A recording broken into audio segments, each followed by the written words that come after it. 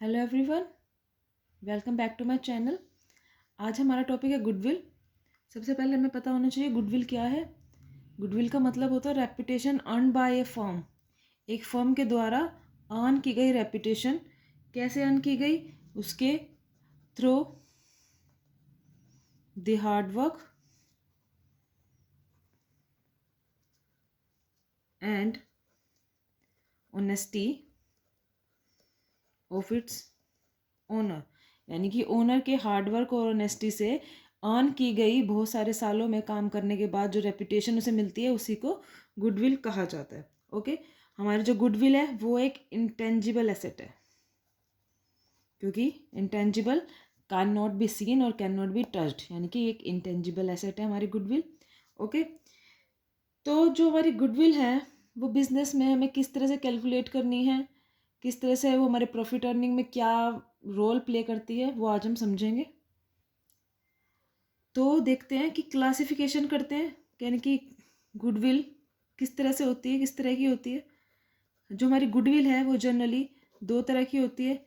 एक तो ऐसी गुडविल जिसको हमने परचेज की हो किसी से, यानी कि purchase goodwill, and second is earn goodwill. इसको सेल्फ जनरेटेड गुडविल या फिर इनहेरेंट गुडविल भी कहा जाता है। ये अर्न और सेल्फ जनरेटेड गुडविल कौन सी होती है? जो कि एक ओनर ने अर्न खुद से की होती है, अपने खुद के ईयर ऑफ हार्ड वर्क से अर्न की होती है। ठीक है, अब इसमें ध्यान रखने की बात क्या है, क्योंकि ये खुद की सेल्फ जनरेटेड होती है तो इसमें कोई मॉनेटरी हमारा एस्पेक्ट इंक्लूड नहीं होता, मनी या फिर कैश इस तरह से कुछ हमारा इसमें इंक्लूड नहीं होता। अब क्योंकि हमारा अकाउंटिंग का टर्म क्या है, जो कि जिसमें भी कैश इन्वॉल्व होगा वही हमारे लिए मॉनेटरी एक्सपेक्ट हो जाता है, तो उसे ही हम रिकॉर्ड करते हैं। तो इसलिए ये self generated goodwill balance sheet में कहीं भी शो नहीं की जाती, ये पॉइंट ध्यान रखना है। जबकि परचेज गुडविल, अगर हमने कोई चीज़ परचेज की है ऑब्वियसली तो उसमें हमारा कैश इन्वॉल्व हो जाएगा। ठीक है, क्योंकि हमने कितने साल के लिए परचेज किया है, कितने रुपए के लिए रुपए में ही परचेज किया है, तो इसमें हमारा कैश इन्वॉल्व हो जाता है। इसीलिए परचेज गुडविल को बैलेंस शीट की एसेट साइड पे शो किया जाता है। परचेज गुडविल को बैलेंस शीट की एसेट साइड पे शो किया जाता है, जबकि सेल्फ जनरेटेड गुडविल को कहीं भी शो नहीं किया जाता। ओके, क्लियर है? ओके, अब हम देखते हैं कि हमारे मेथड्स कौन कौन से हैं। मेथड्स कौन से हैं गुडविल को कैलकुलेट करने के लिए? सबसे पहला हमारा है एवरेज प्रॉफिट मेथड।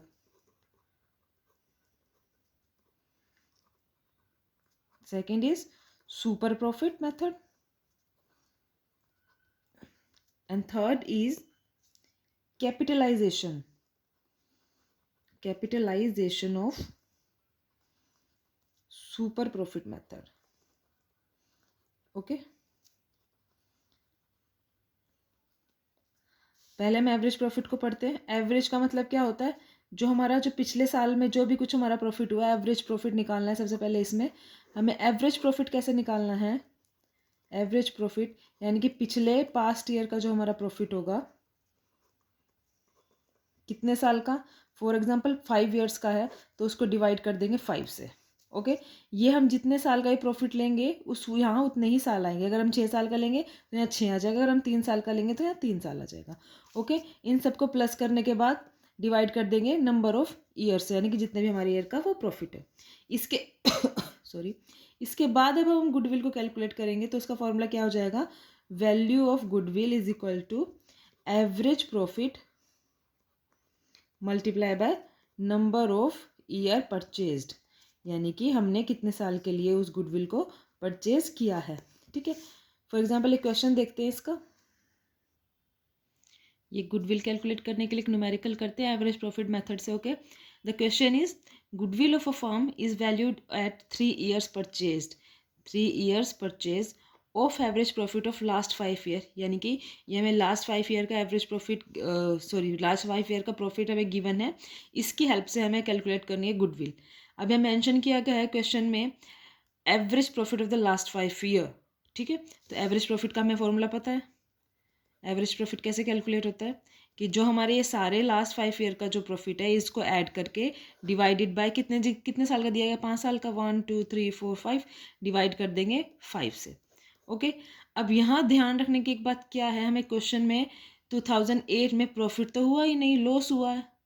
2008 में हमें प्रॉफिट नहीं हुआ, हमें लॉस हुआ है।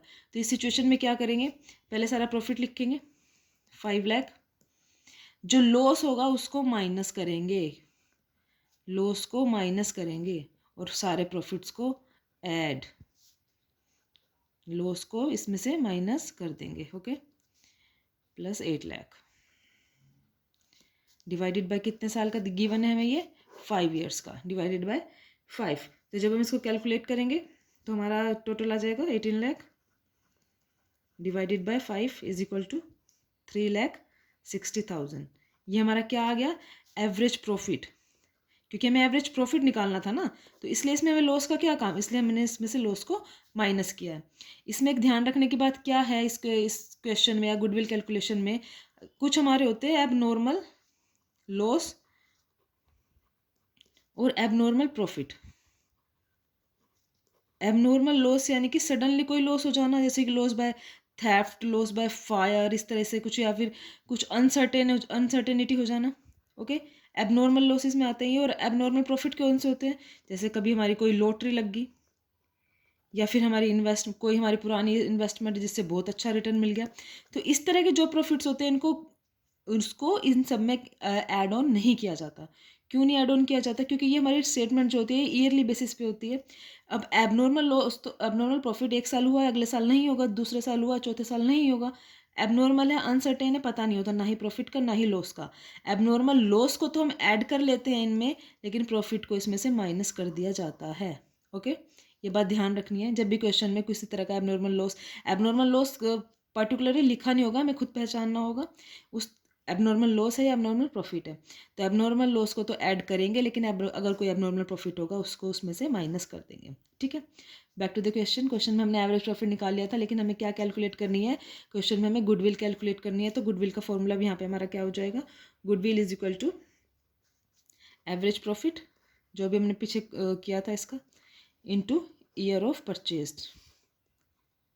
ईयर ऑफ परचेज हमें क्वेश्चन में गिवन है, क्या कितने गिवन है, हाँ, goodwill of firm valuate 3 years purchase, ये 3 साल हमें दिए हुए हैं। तो यानी कि ये हमारे 3 हैं। एवरेज प्रॉफिट हमारा निकल गया है 3,60,000। तो हमारी गुडविल कितनी निकल आएगी, 10,80,000। ये हमारी गुडविल की वैल्यू निकल आएगी, किसकी हेल्प से, एवरेज प्रॉफिट की हेल्प से। कोई क्वेरी हो तो आप मुझसे कमेंट सेक्शन में पूछ सकते हैं। ये न्यूमेरिकल बहुत इंपॉर्टेंट है, और इसमें सबसे इंपॉर्टेंट पॉइंट ये 2 हैं, जो कि हमारे आने वाले उसमें क्वेश्चंस में भी हेल्प करेंगे। क्वेश्चन बहुत सिंपल और इजी है, लेकिन इस तरह के क्वेश्चन ही बेसिक क्वेश्चन एग्जाम में पूछे जाते हैं, जिसमें हम कंफ्यूज हो जाते हैं। ये पॉइंट ज़रूर ध्यान रखना, और इसी के बेसिस पे क्वेश्चन बनते हैं। Thank you.